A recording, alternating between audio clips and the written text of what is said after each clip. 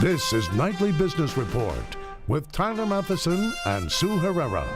Funded in part by HSS.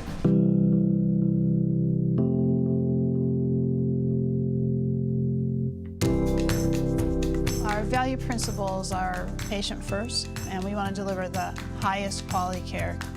The goal of creating and sustaining value is all about putting the patient at the center of the equation. The purpose of this organization is to help people get back to what they need and love to do.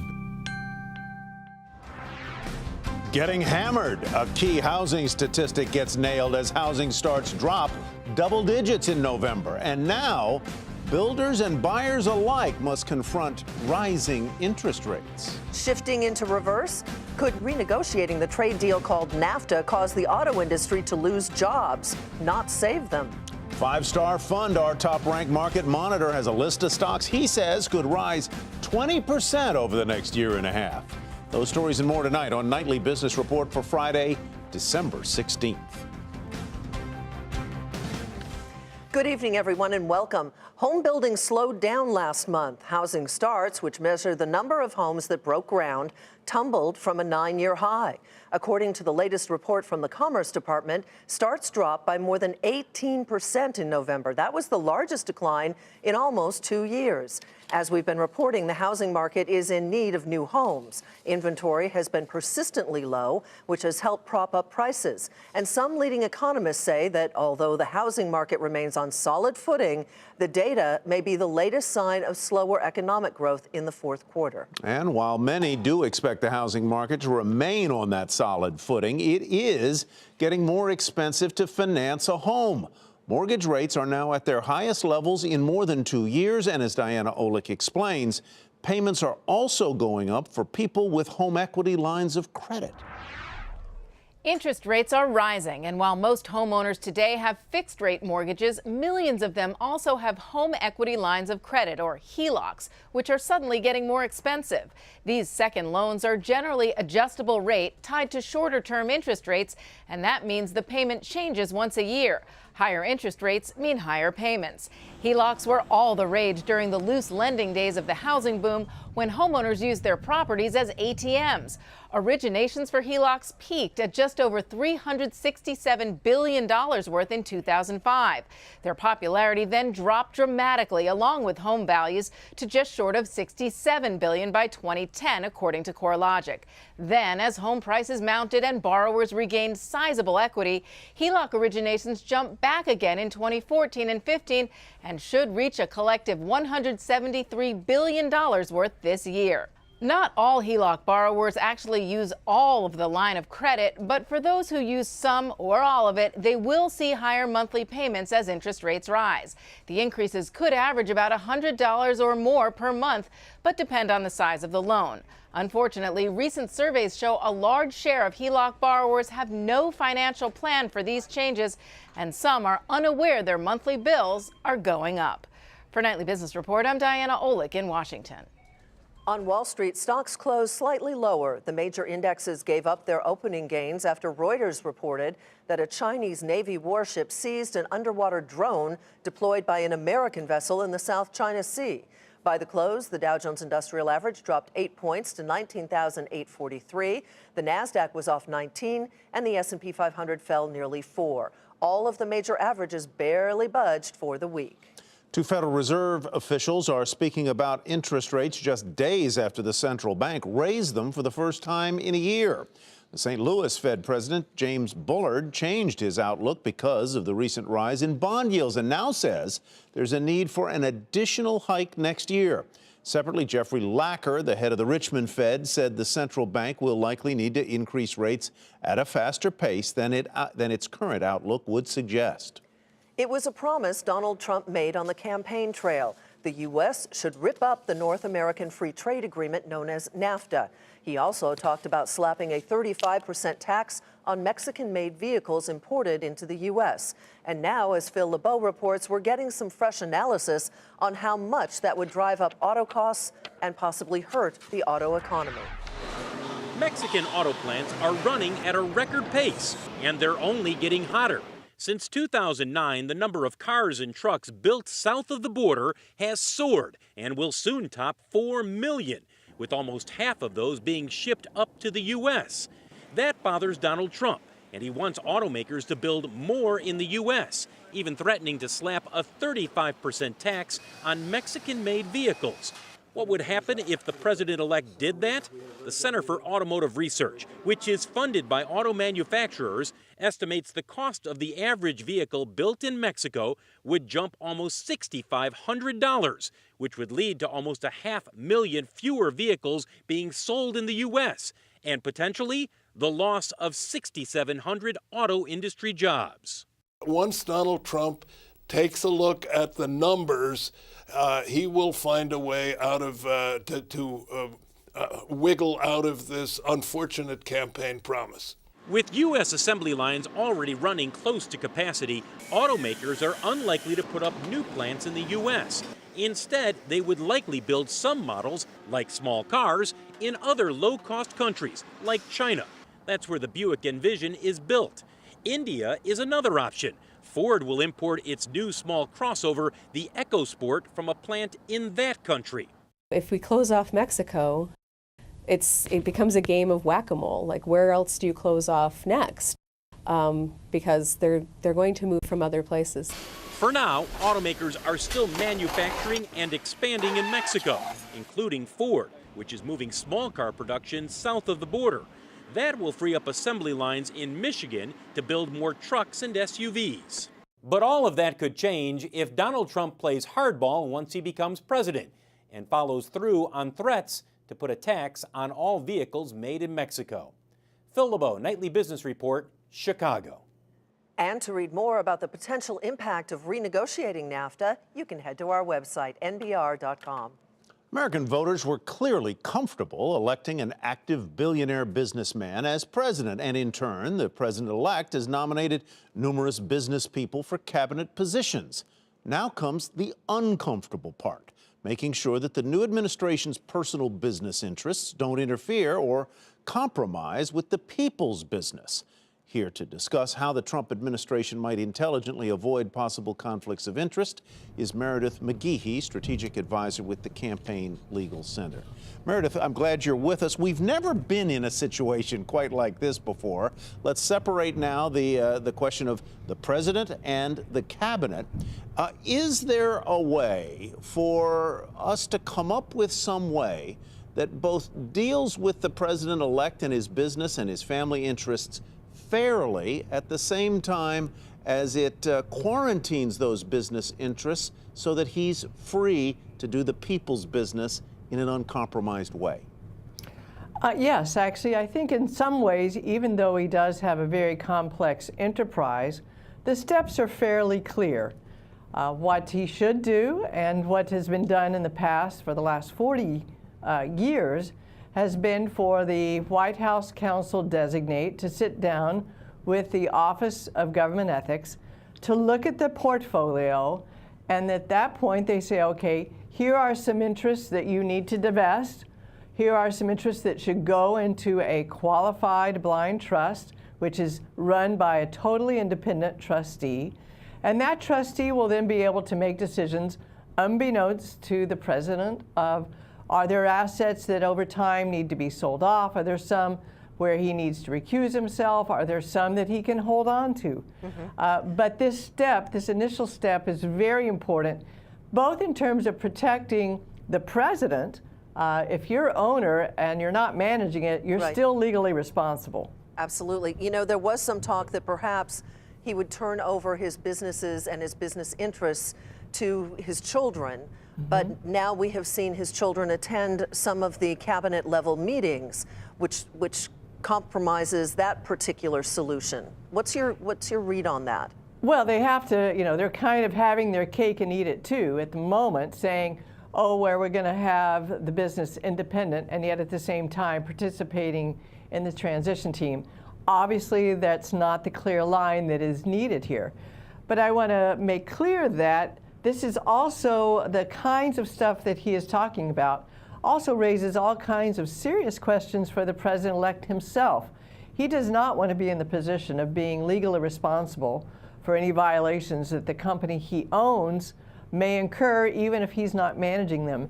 And of course, the last thing I think he wants is to be in violation of the Constitution and the Emoluments Clause, which really talks about benefits from a foreign state. This isn't good for him. It's not good for the country. Is there quickly any level of conflict of interest that we could acceptably live with?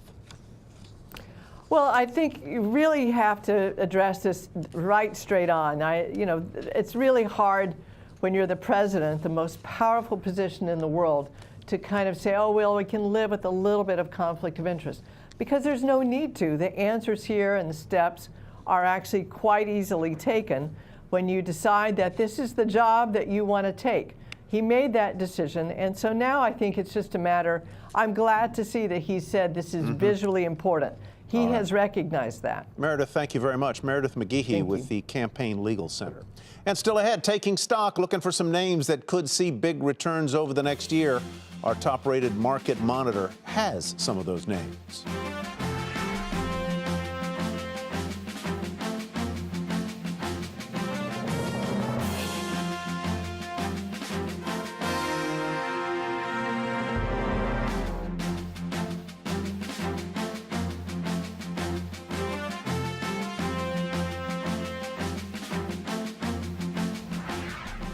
Customers are not opening new accounts at Wells Fargo like they used to. Following the fake account scandal, checking account openings plunged about 40% in November compared with last year.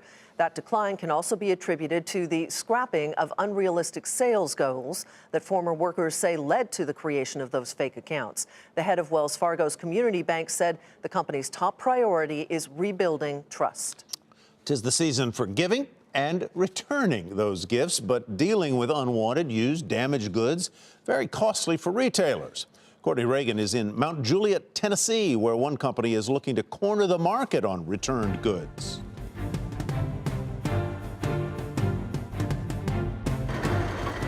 Americans returned $260 billion in merchandise to retailers last year, or 8% of total purchases, even higher around the holiday season. According to Gartner Research, less than half is resold, leaving retailers booking big losses, in some cases as much as 10% of total sales. Unwanted and damaged goods either get tossed out or sent through a lengthy chain of liquidators and wholesalers, paying pennies on the dollar to the retailer before eventually selling them to bargain-hunting consumers. Add in the surge of online shopping, and the problem gets even bigger. Return rates from online sales can be 30% or more, and that has research from Gartner warning retailers the old way of dealing with returns is a ticking time bomb. Retailers are not very good at managing returns right now.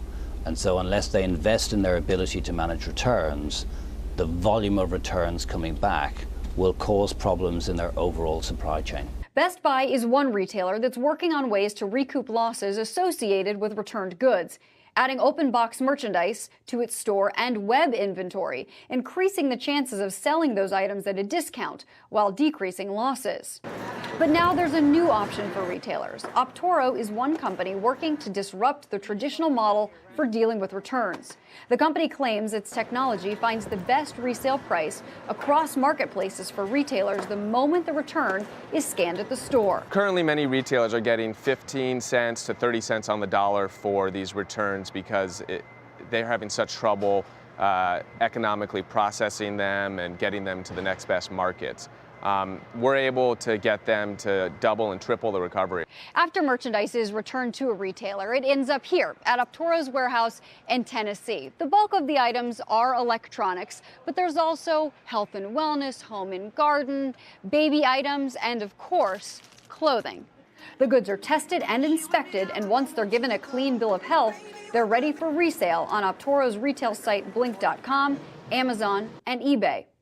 Home Depot, BJ's Wholesale, Jet.com, and 17 other top 20 U.S. retailers and manufacturers use Optoro's technology. It can be a win-win-win.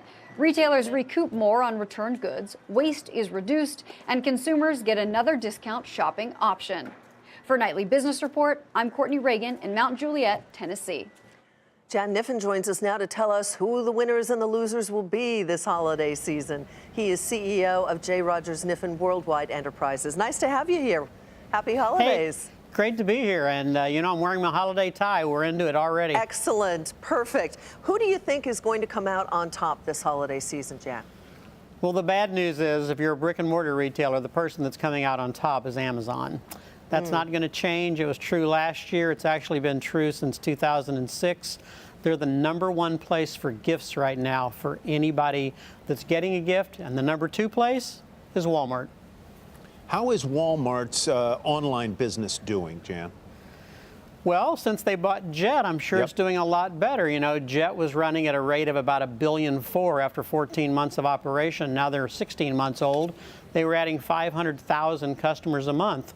So Walmart's online was really trailing the growth at Amazon by a lot, even though their online business is smaller than Amazon's. Now that they've got Jet, at least the growth rate's going to look a lot the same.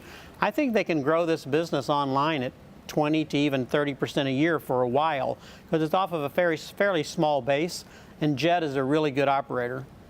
I notice on your list of winners you have Penny's, and they tend to be mall-based, so that kind of surprised me. Why did they make the winners category? Okay, it contradicts everything I said. Right. That the malls aren't doing well, interior of the mall is even worse. The anchors are struggling because business isn't going to the mall, it's going either to off-price or it's going online. However, some retailers are kind of in control of their own fate. And if you're doing things better than you used to, and Penny's is doing things a lot better than they used to, you start getting business back. They're also taking share from Sears, and actually the offering they're doing now in appliances is working, and that's brand new for them, and their home business is getting better. But that doesn't mean that the mall's not struggling. It just means that they had been pretty low down on the totem pole, as you know, and they had given up a lot of sales, and now they're building that business back. You also like some of those stores that you say are not in the malls but are across the street from the malls. Name them. I love things across the street from the mall. So if you're TJ Maxx, if you're Ross, if you're Ulta, even Nordstrom's Rack, that part of Nordstrom's, those businesses are doing well. It's really odd, but you can go 100 feet from the mall, cross the road, and it's pretty busy over there. You return to the mall, and it's kind of like being, gosh, I don't want to say at a funeral, but very, very slow. Jan, but just very quickly before we let you go, Nordstrom, you mentioned, they were downgraded today. The stock lost about 8%. What's your opinion of Nordstrom this holiday season?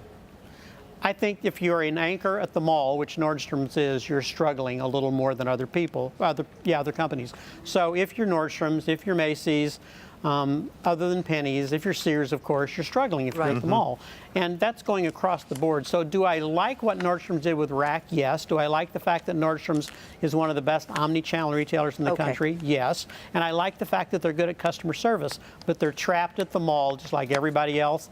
Those businesses are not doing that well. On that note, Jan, thank you. Jan Kniffen with J. Rogers Kniffen Worldwide Enterprises. Sumner Redstone to step down at Viacom, and that's where we begin tonight's Market Focus. Redstone will resign from the company's board in February, still remain on the board of CBS, but Redstone will still control the majority of Viacom's voting shares through his National Amusements Holding Company. Shares of Viacom up better than 1% on the day at $39.50. Mylan said its generic version of its EpiPen will be available starting next week. The allergy treatment will be offered at $300 for a pack of 2, which is less than half of the full cost of the brand name variety. Mylan up a fraction at $37.82. Honeywell said earnings for the current quarter would come in at the low end of its forecast. The industrial conglomerate also says 2017 earnings, which were largely below analyst expectations. Honeywell shares up 4 cents at $116.38. Omnicom has been subpoenaed by the Justice Department as part of an investigation into possible price fixing in video ad production. Justice is looking into whether ad agencies rigged contracts to favor in-house production units, a practice which could violate federal antitrust laws. Omnicom shares were off 2% to 86.18. And the hotel search company Trivago made its debut on Wall Street. Trivago, which is majority owned by Expedia, priced 26 million shares at $11 each. That was below the expected range of $13 to $15. Shares ended up nearly 8% to $11.85. And now to our market monitor, as names of stocks he says could grow more than 20% over the next 12 to 18 months. Gotta love that. It's the first time on the program. Brian Smolak is top performing portfolio manager of the Hood River Small Cap Growth Fund. It is up 15%. You gotta like that, Brian. Welcome. Good to have you with us. Banks have been doing very, very well as interest rates have been going up. Your first pick is Bank of the Ozarks. Why that particular one? There's a lot of reasons why I like Bank of the Ozarks. I do think they can grow loans faster than the rest of the industry. I think in 2017, they could probably grow their net loans by about 20% or so. They're really good at handling complex commercial real estate transactions so they can get better margins there. Also, as tax rates go down, they're a big beneficiary. They pay around a 35% tax rate currently, so they could get a nice benefit if rates go down. Also, with deregulation, they could potentially be a little bit more aggressive on the M&A front. They recently closed some big acquisitions. Now they're through that, so that could be upside in numbers as well. And you mentioned rates. They can benefit a lot from the steepening of the yield curve that's happening. Also, with LIBOR rates and Fed rates moving up, numbers can move up on margins as well. Western Alliance Bank Corporation, symbol WAL, is next on the list. They have been acquisitive recently, and you think they might do more of that? I think that's reasonable. I think over the next 6 to 9 months they could do that. If there are cuts in corporate tax rates like we've talked about, that gives them a little bit more capital to put to work. Like you said, they've done some deals lately that have been fairly accretive. Over the last 8 years, they've diversified away from being solely focused on Nevada, California, and Arizona. They've become more of a national bank. I think they can grow their loans in the 10 to 12% range in 2017, which is better than the rest of the industry. And both Ozarks and WL are trading at a discount on earnings for to the group on 2016 and 2017, which I also like. Let's move in a sort of opposite direction from banking and finance to Mastech. MTZ is the ticker. It's kind of an oil and gas infrastructure play. Yeah, they do lots of infrastructure all over the United States. They do oil and gas, and they also do wireless, wireline, transmission, and energy, electrical work as well. I do think that since deregulation is happening in those industries, they can benefit from higher spending there. The Street's anticipating around 6% revenue growth and over 15% cash flow growth in 2017. I think those numbers can be exceeded, and more importantly, in 2018, the Street only has flat revenue growth. I think they could significantly see that. Very quick reaction to the fact that this stock is already up 100%, 115% this year. Has it gotten too far ahead of itself? I don't think so, because as I mentioned, I think earnings estimates have to move up. Right. The reason why it's been good so far this year is because the company's gone from missing earnings to beating them, and that happened over the Q1, Q2 timeframe. So the stock had a lot of catching up to do. And the stock's at the high end of its normal cash flow valuation range, but it's not extreme. And again, I think you're on a 4-year cycle here for that name. Gotta leave it there. Brian Smolak with Hood River Capital Management. Thanks again. Coming up, will the Force be with Disney and its next installment of Star Wars?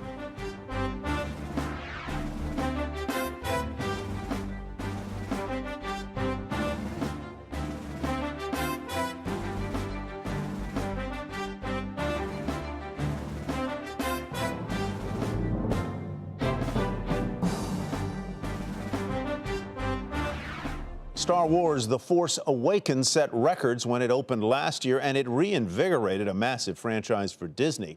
Now investors want to know just how big the next installment of Star Wars will be. Julia Boorstin takes us to the movie. Rogue One, a Star Wars story, is off to a huge start, grossing $29 million in North American theaters, the biggest Thursday night preview of the year, and the 7th largest of all time. Plus, it's grossed an additional $33 million overseas. Congratulations.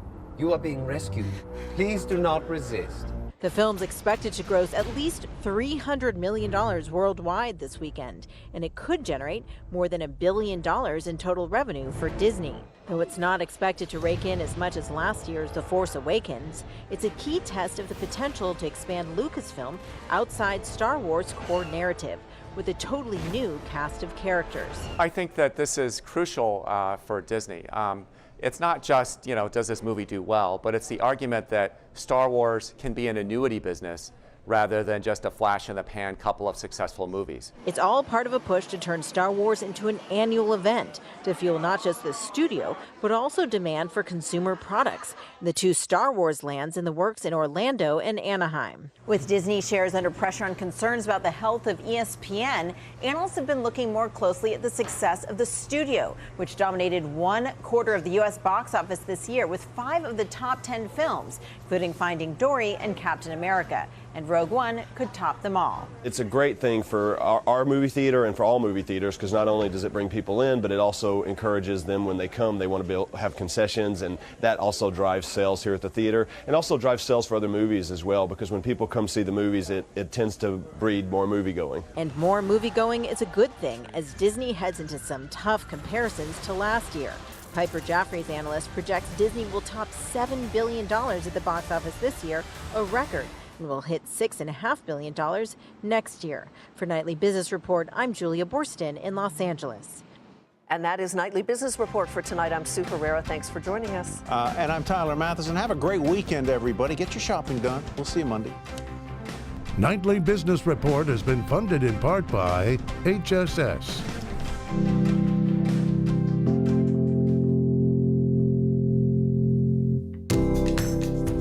Our value principles are patient first, and we want to deliver the highest quality care.